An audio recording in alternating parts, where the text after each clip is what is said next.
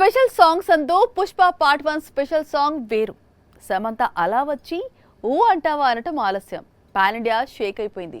Lady superstar, glamour icon charisma, rock star beat ఈ సాంగ్ను ఎక్కడికో తీసుకువెళ్ళాయి.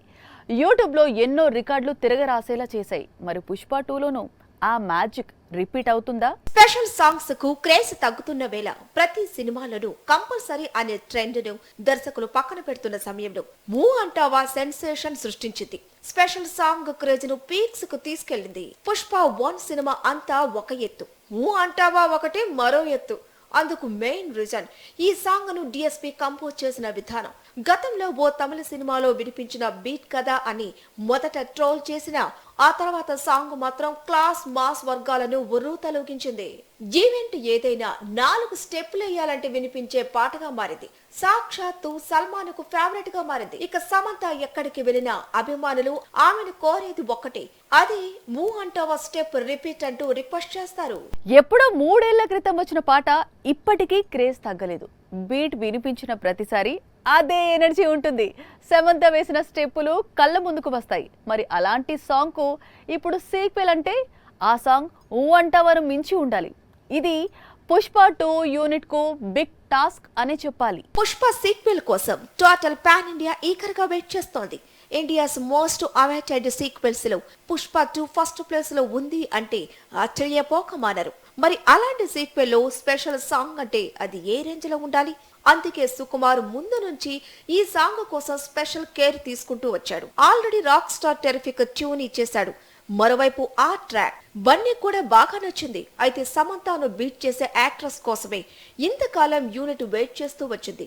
ఎవరు కనిపించినా సరే సమంతను మరిపించడం కష్టమని యూనిట్ ఫిక్స్ అయింది. అయితే ఇప్పుడు సుకుమార్ కు ధైర్యం వచ్చింది. మూ అంటావాను మించిన ట్యూన్ ను దేవి రెడీ చేసిన ఆ ఎక్స్పెక్టేషన్స్ ను మీట్ అయ్యే హీరోయిన్ అడ్రస్ లెక్కల మాస్టర్ కు తెలిసింది. ఆమె మరెవరో కాదు, తృప్తి దిమిలి అలియాస్ నయా నేషన్ క్రష్. యానిమల్ రిలీజ్ వరకు ఆమె ఎవరో కూడా ఎవరికీ తెలియదు. అప్పటి వరకు నేషన్ క్రష్ అంటే రష్మిక పేరు మాత్రమే వినిపించేది. కానీ యానిమల్ రిలీజ్ తర్వాత ఆమె ఓవర్ నైట్ స్టార్ అయిపోయింది. నేషన్ క్రష్ టైటిల్ను రష్మిక నుంచి లాగేసుకుంది. అందుకే ఆమె అయితేనే పుష్ప 2కు న్యాయం చెయ్యగలదని సుకుమార్ ఫిక్స్ అయ్యాడు. తృప్తి దిమిరి యూత్ ను పిచ్చెక్కిస్తున్న చిన్నది. యానిమల్ లో సెకండ్ హీరోయిన్ గా కనిపించి ఓవర్ నైట్ స్టార్ అయిన రేర్ హీరోయిన్ ఈమె. గూగుల్ కు బాబెచ్చు అని టైప్ చేయండి, ఫోటో సహా డీటెయిల్స్ వచ్చేస్తాయి. నార్త్ ఆడియన్స్ అంతా తృప్తిని బాబెచ్చు అనే పిలుస్తారు. యానిమల్ రిలీజ్ కు ముందు నేషన్ అంటే రష్మిక మాత్రమే. పుష్ప 1 రిలీజ్ తర్వాత ఇండియా వైడ్ గా రష్మికకు ఫ్యాన్ ఫాలోయింగ్ పెరిగింది. ఫ్యాన్స్ అందరూ కలిసి రష్మికకు నేషన్ క్రష్ నేమ్ ఇచ్చారు. అయితే యానిమల్ రిలీజ్ తర్వాత రష్మిక నేమ్ ను తృప్తి కొట్టేసింది. నయా నేషన్ క్రష్ గా మారింది. దాంతో పాన్ ఇండియా వైడ్ గా ఆమె డేట్స్ కు ఫుల్ డిమాండ్ ఏర్పడింది. తెలుగు చిత్రాల్లో కూడా ఆమె డేట్స్ కోసం ట్రై చేశారు, కానీ కుదరలేదు. ప్రస్తుతం హిందీలో 3 ప్రెస్టీజియస్ ప్రాజెక్టుల్లో నటిస్తోంది. తెలుగులో పుష్ప 2లో స్పెషల్ సాంగ్ చేయబోతోంది. ఇప్పుడు ఇండియాలో నెంబర్ 1 హీరోయిన్ ఎవరు అంటే బాలీవుడ్ వాళ్ళు దీపిక పేరు చెబుతారు. సౌత్ సైడ్ ఆడియన్స్ అయితే నయన్ లేదా త్రిష పేరు చెబుతారు. కానీ వీరు ముగ్గురు కాదు. ఇండియాలో ఇప్పుడు నెంబర్ 1 హీరోయిన్ రష్మిక అంటే మీరు నమ్మగలరా? టాలీవుడ్, బాలీవుడ్, కోలీవుడ్, మాలీవుడ్ ఇలా దేశంలో ఉన్న ఫేమస్ ఫిల్మ్ ఇండస్ట్రీ అన్ని కూడా రష్మిక డేట్స్ కావాలంటున్నాయి. ఏ ఇండస్ట్రీలో క్రేజీ ప్రాజెక్ట్స్ తెరకెక్కినా ముందుగా రష్మిక డేట్స్ కోసం ట్రై చేస్తున్నాయి. అందుకే ఎవరో ఊహించిన ప్రాజెక్ట్స్ లో రష్మిక భాగమవుతోంది. రష్మిక నటిస్తున్న సినిమాలు బాక్స్ ఆఫీస్ ను బద్దలు కొడుతున్న విధానం కూడా ఆమె డేట్స్ ఫుల్ గిరాకీ ఏర్పడేలా చేస్తోంది. ముందు పుష్ప, ఆ తర్వాత యానిమల్ పాన్ ఇండియా వైడ్ గా బిగ్గెస్ట్ బ్లాక్ బస్టర్. ఇప్పటికే పుష్ప సీక్వెల్ లో నటిస్తోంది. త్వరలో సల్మాన్ ఖాన్ సరసన బిగ్ ఫిల్మ్ చేస్తోంది.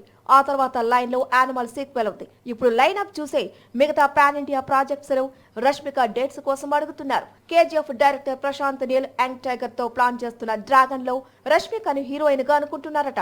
ఇక యానిమల్ తర్వాత సందీప్ వంగ రెబల్ స్టార్ హీరోగా తెరకెక్కించబోయే స్పిరిట్ లోను రష్మికనే అనుకుంటున్నారట.